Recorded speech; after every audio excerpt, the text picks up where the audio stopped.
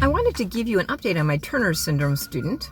I was going to go outside and film in the beautiful green, lush Arizona environment, but one thing that comes with beautiful winters in Arizona are tree trimmers and leaf blowers and lawn mowers, and so it's kind of noisy out there. So I'm going to pretend I'm one of those big YouTubers and film in the car, and people still accept it, right? My Turner syndrome student has been a little bit reticent lately, kind of coming in a little bit on the grumpy side. You know, I think I mentioned that in a previous video. Sometimes she's been kind of, grumpier, other times more pleasant. And Mom said that kind of goes with the territory, that usually she gets excited when she starts something new, and then she kind of gets tired of it, finds it difficult, and then doesn't enjoy it or want to participate anymore. Today, she was pretty reticent about coming in. What I realized is that she's just feeling like things are getting pretty hard because we're really pushing her sequential memory. I encouraged her that I would help her a lot today.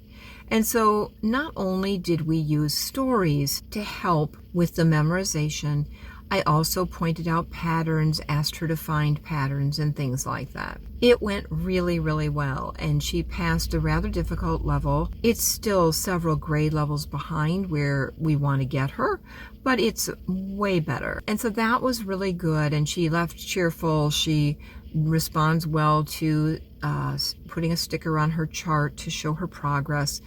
And I brought in new stickers today, and so she was really, really pleased, pretty proud of herself, and I was very proud of her too. When we went to work on processing speed, that has improved, and she was able to move much more quickly than in the past. She has a hard time with the spatial relationships, as we've talked about in the past, visual spatial deficiency. But what's fascinating is that when we do the qubits, and we are working on the diagonal and then the zigzag today, and this is our second or third time on the diagonal, it was interesting when she went to work on the zigzag, which is much harder for most kids.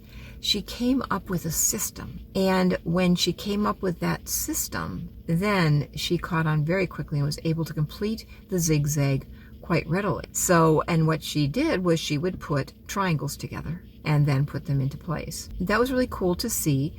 The diagonal was a little harder for her to find a system, but once she did really well with that too. We've completed the first level of the auditory sequencing exercise, and we moved into the second level.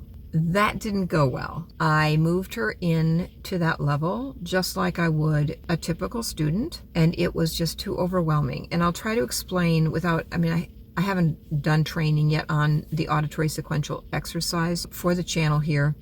If you'd like to have me put that as a priority, leave a comment down below. I plan to make the visual sequencing a higher priority and get that done more quickly. In the meantime, I'll try to explain enough that you can try to understand my point and what I'm trying to do here. So with the auditory sequential, I've been using colors, and she has to memorize a series of colors, and we keep adding to it. So we've got the digit span of the colors that I give her, but then there's the working memory of having to add to the sequential pattern that I've given her. So we keep just adding more and more segments, so to speak.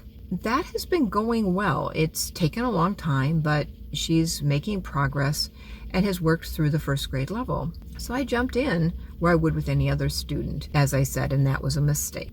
I could tell she was just overwhelmed, trying hard, and getting discouraged. With colors, I had left off with, I believe it was starting with 5 colors and adding 4 sequentially each time. And she was, like I said, had gotten pretty good at that. So I started her with letters, which usually are easier for students. I started with letters, 5 letters at a time, and then added just 2. And I thought that would be pretty good because usually most students can handle memorizing 4 letters easier than they can memorize 5 colors. And so I thought, well, we went from 5 to plus 4 plus 4 plus 4 down to 5 plus 2. And it just didn't go well. So maybe there is a language or a letter disability in a sense where that is just more stressful for her and harder for her to hang her hat on. So I told her, my mistake, bad idea, and we will start with just 3 letters next time, adding 2 each time. I think that'll go a lot better, and I'll let you know how that goes. The phonemic training is coming along fine. I would say it's slower with her than with average students, but certainly not the most severe that I've seen. And she's catching on, so that's all good. Pattern recognition had kind of gone by the wayside for a while, and now I started that back up again today. She was able to do a repeating pattern of 4 very readily, and 5 was more difficult. I could tell that she could kind of tell that it was that there was a repeating pattern, but she kept forgetting to repeat the 5th block.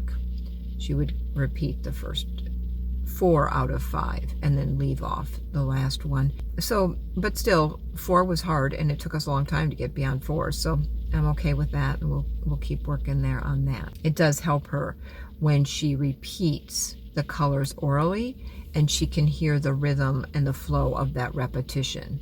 Oh, and I also worked the last several sessions on the letter discrimination between the B and the D, the P and the Q. And I actually am combining concepts from several different programs, and that's going pretty well. Again, slowly, progress is slower, but really going pretty well. I have to cue her on every single letter, but that's okay. I have to do that with lots of students, and eventually that will be able to drop off that individual cueing, and eventually get it to the point where she can cue herself and then drop the cues altogether.